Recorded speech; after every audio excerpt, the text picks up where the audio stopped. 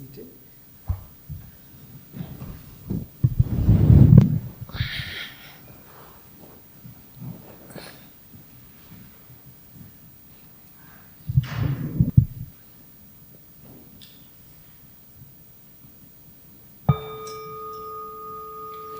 Okay, please find a comfortable posture.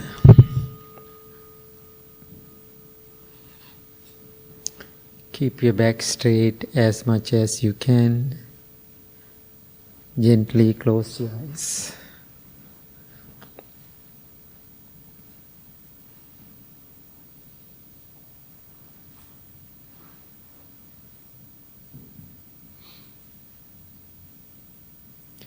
Take a few deep, long breaths.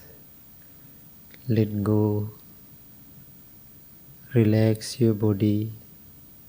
Relax your mind.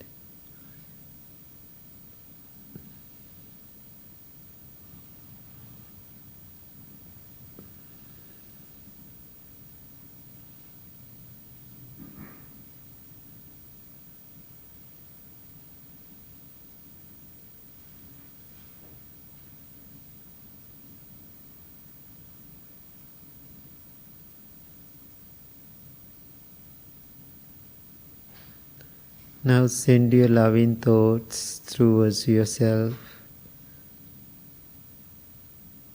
May I be well. May I be happy.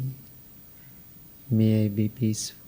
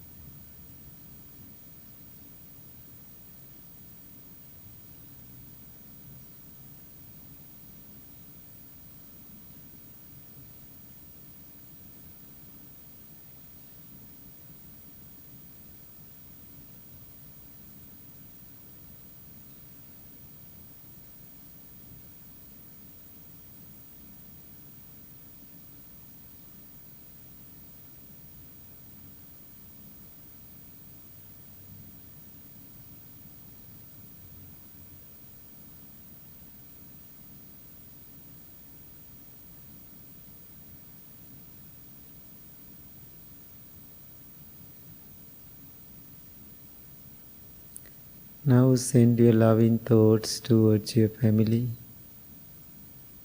May all of my family members be well, be happy, be peaceful.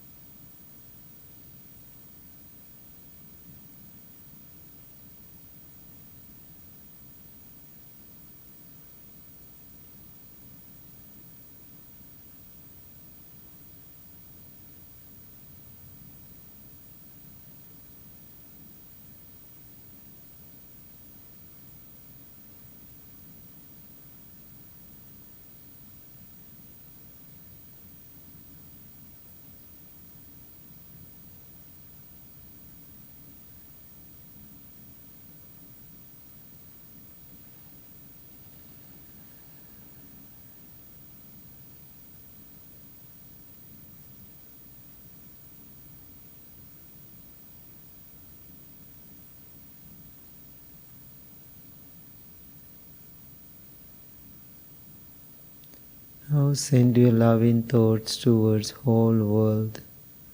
May all living beings be well, be happy, be peaceful.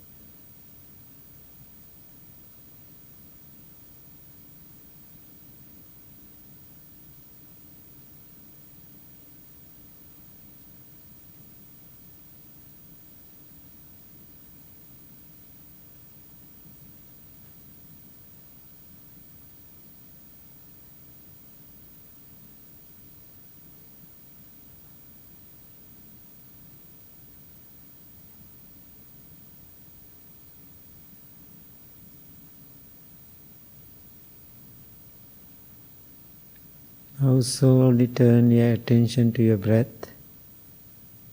Every breath you take in, you take out is taken mindfully.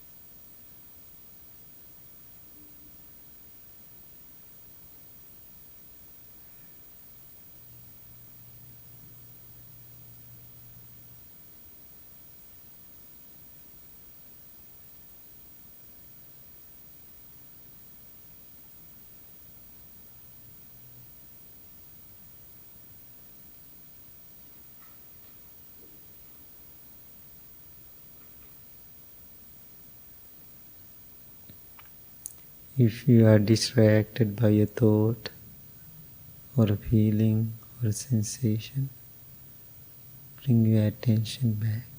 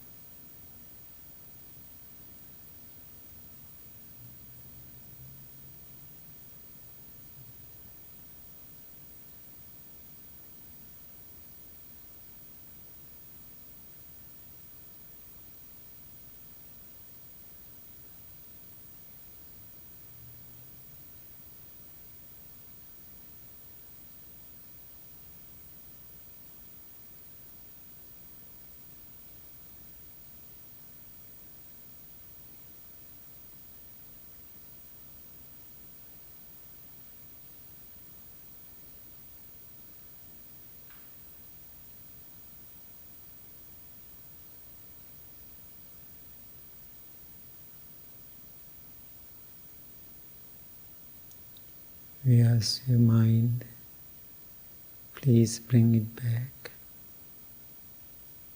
to the breath.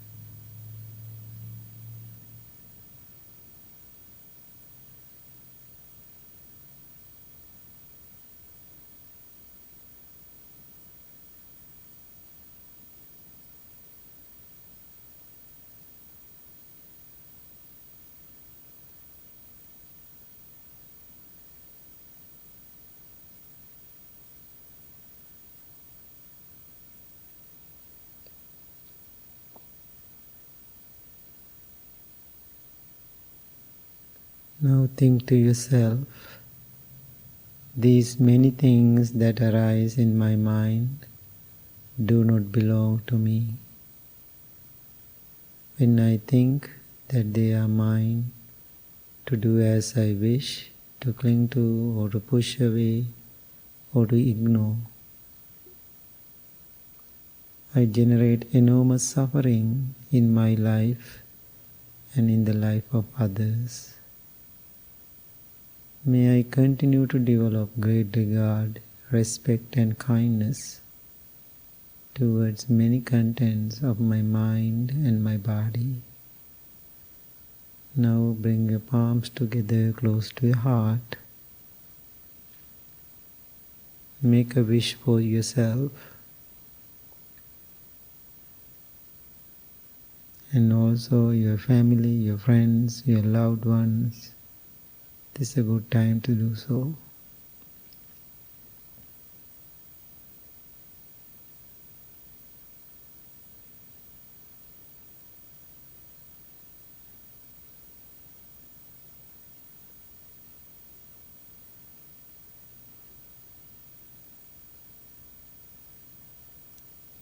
May peace be with you.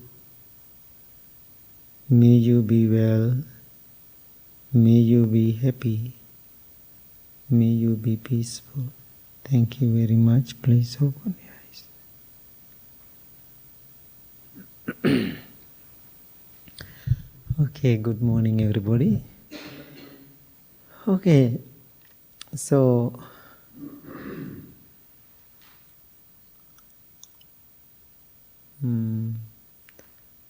I am coming from Buddhist cultural background. So our spiritual journey go with the Buddha from birth. So what is your cultural background, religious background? You are coming from what kind of background?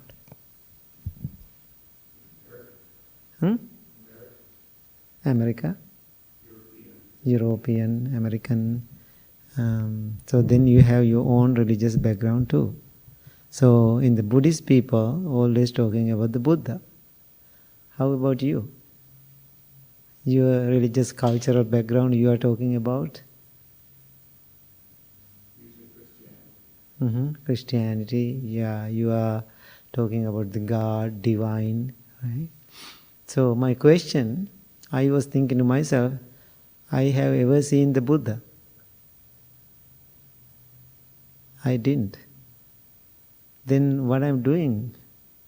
Person I never see and never meet this person, but the name of that person, I am continue my journey with that idea. So then Western European people, because of their religious background, they are believing the divine, the higher power, the God. You have seen the God? No? So you never seen the God. So my question is, where is the God? Okay, within yourself, okay, which is wonderful. Sometimes, traditionally when we talk about the God, and when I'm asking that question, people always doing like this. Okay, when you do like this, I want to understand what it means. Huh? In your culture, when you're pointing out up on heaven. So then another question will come. Where is the heaven? Up. There. Where? There's a sky, I can see, blue sky and cloud sky. And so it's very interesting, right? Sometime. Now I was thinking to myself, when we're talking about the Buddha is not divine. We have a idea and thought and a clue.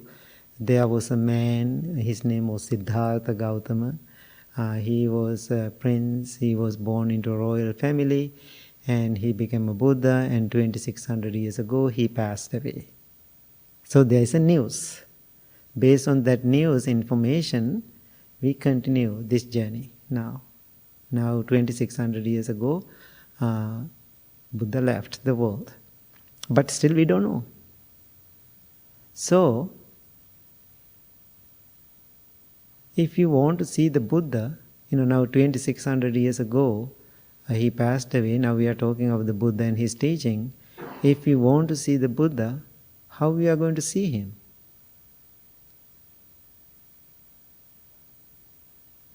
This one? This statue, big, gigantic statue, that is the Buddha. What do you think? Yeah, in your heart. Yeah, Buddha is in your heart. So once Buddha said, don't worry about those words.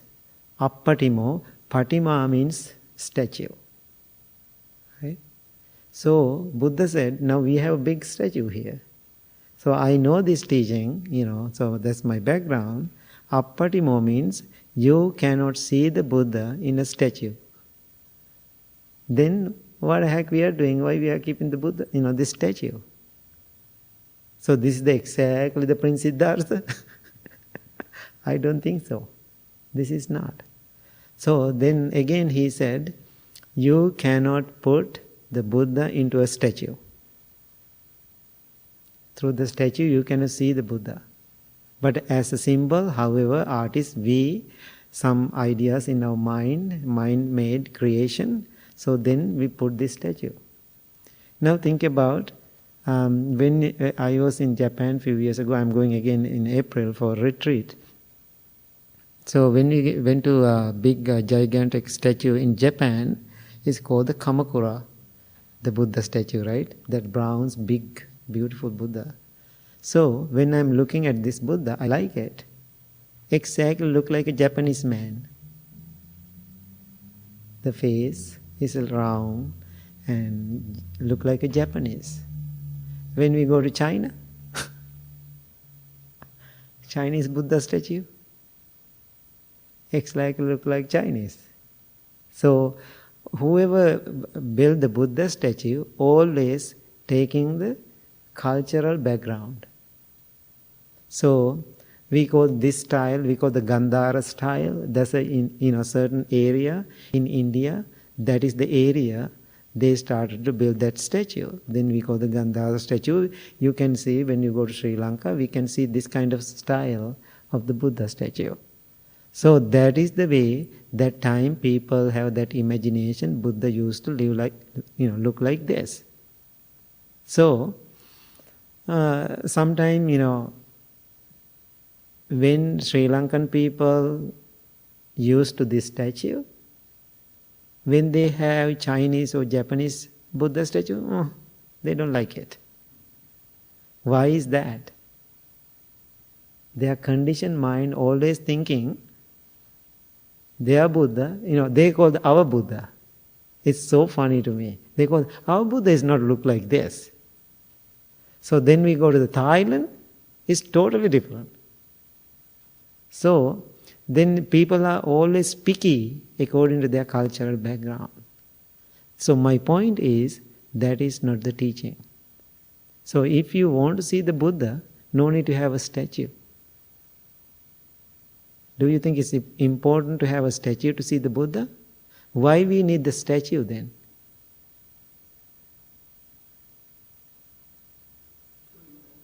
Remind us, okay. What else? Inspiration. Yeah. So, don't misunderstand, okay? Don't misunderstand. I'm trying to teach you something, too deep.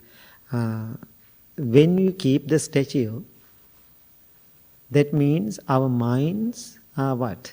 Weak. In somehow, is getting the inspiration, I understand. So our minds are weak because we have to have something to hold, something to see, something to touch, something tangible. So then we feel good. So which is totally fine, but if you really believing that that's the way it is, that is the problem. So therefore, how we are going to see the real Buddha then, after 2600 years later, after he passed away? How we are going to see the Buddha? Inside. So, if you want to see the Buddha, Buddha said, through my teaching, practicing what I said, practicing the guidance of the teaching of the Buddha, you can see me through the teaching. So, when I was a young monk, Michael knows really well because he used to live in the temple in Sri Lanka, my home temple. Morning, like 5 o'clock, we get up, go and chanting, sleepy, and I don't want to go, and but we have to, no options. So we go there. But I remember that time, my training time, my heart and my mind is not there. I'm not with the Buddha. I'm sad. Why? I want to sleep. So, I didn't see the Buddha that time. Now I see him every single day. I see him. Every day he is in my heart. Whether I see the statue or not, I don't have a statue or not, I see the Buddha. Why is that? How I'm going to see the Buddha now? Now my practice getting better. My practice getting better. So for me now personally, I don't want to sit down and chant like hours and hours and hours. I don't feel that way anymore. Why is that? Because through my practice, I see the Buddha. Every day, I feel so grateful. So then Buddha means Siddhartha Gautama is the person. Then Buddha is a person. Siddhartha Gautama is the person. Now after he attained the enlightenment, very rarely he used the word, my name is Siddhartha Gautama. He became a nameless. Then he said, I am the Buddha. Buddha is a person? Is he? No. He is not the person. Buddha is a quality. If you see as a quality, there's a totally different feeling. So then I was thinking, now think about the God concept. So sometimes people, children, especially children, when I go to the school, they always asking funny questions. So then they asking, where's the heaven? I'm always saying, I don't know. I never been there. Where is the hell? I don't know, but I know hell. I have been there actually. But I can explain to you what is the heaven too. Is sometimes children are so curious. They are asking, where is the heaven? So there's what you said, Ingrid, and so God is within you. Then where's the heaven? Heaven is inside you also. Within the mind. Yeah, exactly. Everything is a perception, everything is idea. So there's a beautiful story. There is a samurai warrior in Japan, and also there was a famous monk. This warrior, samurai warrior, he was thinking, I want to go and meet this famous monk and I want to learn from him. He's very famous, he's a good monk. And he go and bow to this monk and said, monk, I want to learn from you. First thing I want to ask you, where is the heaven? Where is the hell? That is the question I have today. Where is the heaven? Where is the hell? Then this kind, compassionate monk looking at him and he said, who you are? I am not ready to talk about heaven and hell. Get out. That's what monk said. He didn't respect this samurai warrior at all. Then he acted like very crazy and angry. He is not smiling, not happy. Get out. I don't want to teach you that. Then he said, no, I want to learn. What kind of person you are. You act like a samurai warrior. You are not. Look at you. He's really insulting this man. Then now he feels a little anger inside him because this monk is not really respecting to this man, his question. Then he keep asking. Then he said, no, I'm not ready to teach you. Get out from here. Then samurai warrior said, "You know, monk, you know who I am? I'm a samurai warrior." So then monk said, "Who cares? You are samurai warrior or not?" Then he said, "You can see my sword. Within a second I can cut you off." Then he said, "Look at your rusty sword, what you can do." He's really disrespecting even his sword. Now he's getting angry and angry. Then he said, "I'm going to kill you." He said, "You cannot do this for me." Now he's really insulting this samurai warrior. Finally, the samurai warrior, little by little, he got angry and almost grabbed his sword and jumped into the monk. Monk said, "Stop." He said, "Stop." Then monk said, "That is the hell." He said, "That is the hell." Then he dropped the sword and bowed down in front of the monk. And then monk said, "Stop. That is the heaven." It's so amazing, right? Heaven and hell you can create within a moment inside you. So therefore, Buddha is a quality. Siddhartha is a person. This makes sense? Buddha means, we call the Buddha quality in you. So that means I'm always reminding people there is a tiny little Buddha inside you. But you don't see it. Only thing you see, what? All the distracted, negative mind. So now when you are meditating, when you come to the Blue Lotus, or when you are going this inner journey, you get the opportunity to see this powerful Buddha nature within you. If you really want to see the God, if you really understand that concept, what Ingrid said, God is within you. You can see that. I can see, certain places in the Bible too. Jesus said, you can see the God within you, right? Yeah, exactly. So how powerful that teaching. So my point is, when we are looking for outside things, that means we are weak. We have weak mind. When we have weak mind, we need something to hold. Now think about, we have physical difficulties, we use a walker. So why we use a walker? We feel we are not balanced. We need something to hold.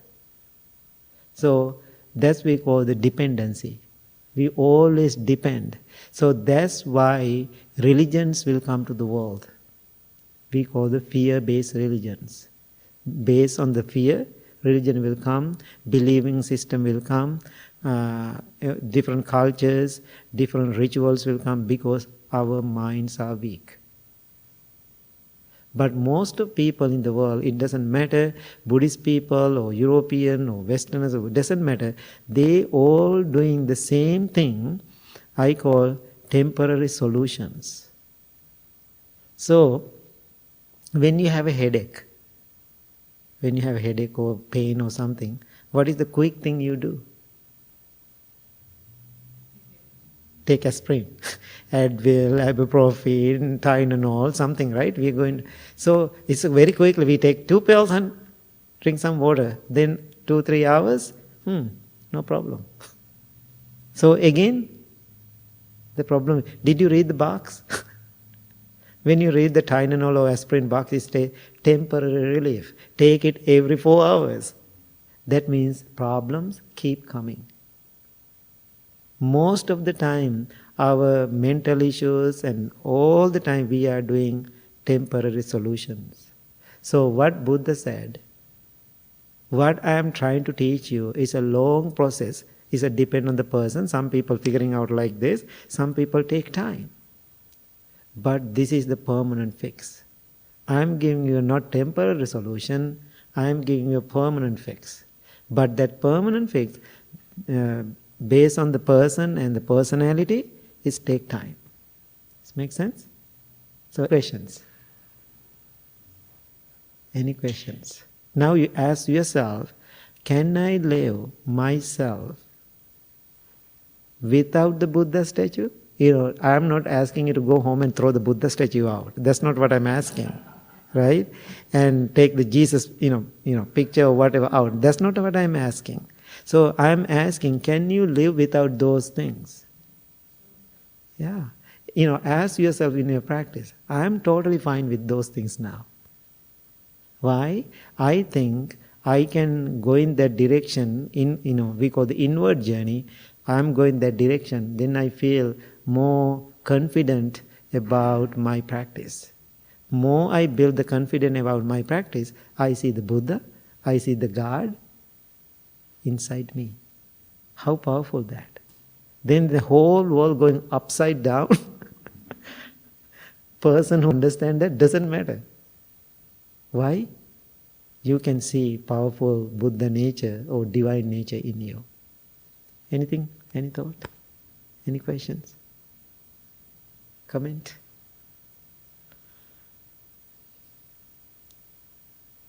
So I meet so many young people come to me and tell, it's very difficult to believe these things now. So when I go to, especially when you go to the high school, children talk about those things. They are not believing those things. They are not believers. They need real information to process. That's why so many people attract into the Buddhist teaching. Why? It is so practical. It's a going inward. So therefore, always we have to define it. Now, maybe Michael have a better idea. Now, Sri Lankan people also like that. Very ritualistic. That's why I started the Lotus temple like this, less rituals here. But if you go to a Sri Lankan temple or Vietnamese temple, hours they are chanting. Hours. It's so boring. So boring. So if you don't have time to do something, sit down chanting. I call the lullaby. Feels so good. So we are not doing much here. So what we are doing here, less ritual. But once in a while, just for fun, we are doing little rituals. But I'm not really encouraging it. If you want to have it, that's totally fine. It is fun and entertaining, those rituals, colorful. But the practice is not colorful. Why is that? It's real. We have to go through the real difficulties, real challenges and real pain. We are facing to them right in front of me. I had to see it. I had to experience it. It is difficult. People don't like it. But when you do the ritualistic mind, so easy.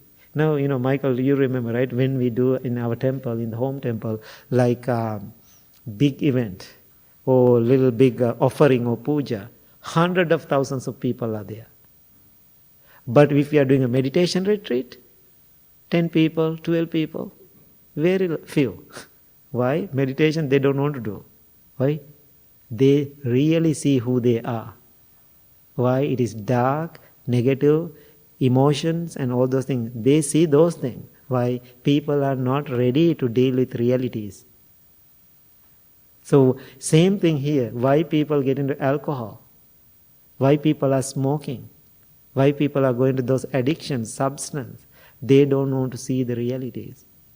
Why people are taking lots of pain medication? They don't want to face to it. It's very interesting. So today, this morning, I went to the dentist. My appointment was 7 o'clock. And then they want to do something. They said they are going to local anesthesia and little injection. Then I asked first, can you do without it? So let me handle it. So then they try it. It's too difficult, too tense. So then they did it. I feel numb. I feel funny this side. So first we had to try without it. So then you can test yourself. Does it make sense? Yeah. One of my teacher, Bhante Mudita, he did the, long time ago when I was a young monk, and he did his head surgery like here. Right? There's a little surgery. I can remember, they did very raw. He said, don't do any medication. I want to do it without anesthesia. Actually, he did really well. His character.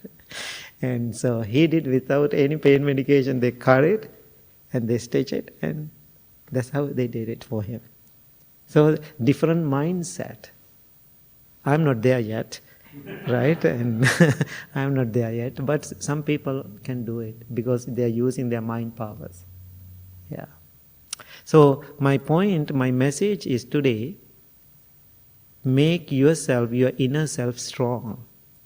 More you get into your practice, you can see the Buddha. Otherwise, you never see the Buddha. Okay? So through the practice, through your own practice, you can experience who is the Buddha. That experience never shake after that. Buddha is here or there or dead, it doesn't matter. Why? You saw through your own practice. Then we call that mind is unshakable mind. Nobody cannot shake that mind after that. Okay? I hope everybody learned something. Thank you so much, everybody.